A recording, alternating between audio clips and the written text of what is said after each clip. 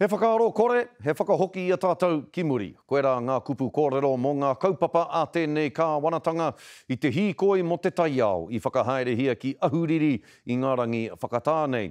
E hiarau tāngata i tautoko i te hīkoi i runga i tō rātou whakapono kei te patu te kāwanatanga i te taiao me te noho mārire a te tangata i roto i wā rātou kaupapa pēnei te pire whakahohoro whakaitanga tai atu rā hoki ki wā rātou kaupapa whakawaimeha i te tiritio waitangi me te reo Māori.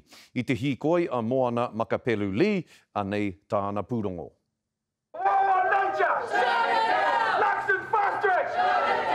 Paororo ana ngā reo porotū. Ki te pokapū o ahuriri. E tū ana mō papatu anaku.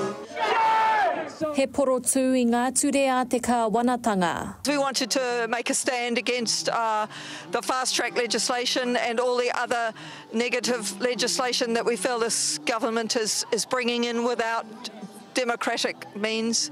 Hei tā rātau e tāmi ana i te taiao me te iwi Māori. He mea ana tātou kei te he koutou. He mea whakahaere nā ngā mana whenua o Kahungunu me ngā kai hāpai taiao o te rohe. So we wanted to bring people together, kotahitanga here in Te Matawa Māui, especially for tangata tiriti who often are not aware of the interconnections and the struggle of tangata whenua. E hara i te ture kotahi noa hei tā ngā kai whakahaere ara noa ngā ture mōrearea a te kāwanatanga nei. Dismantling Te Aka Whai Ora, the Māori Health Authority.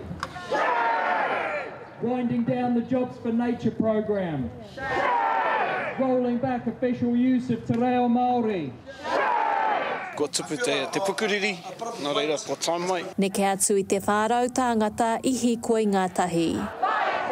A lot of what the coalition government are doing today is at the detriment of our people. We need to protect Te Tiriti as Te Tiriti protects us all. And what's good for Māori is good for all of us. Me te whainga kia kotahi ai te tū a te tangata tiriti ki te tangata whenua. A stand against greed, against colonialism and capitalism that are throttling our societies. Me whai tātou i tētahi ara kotahi, o te kotahitanga, te manakitanga. E rua tau tonu kei mua i te aroaro a te kāwanatanga nei, me te karere matua e nei kai porotū kia areare mai a o te aroa. Moana Makapelu Lee, te karere.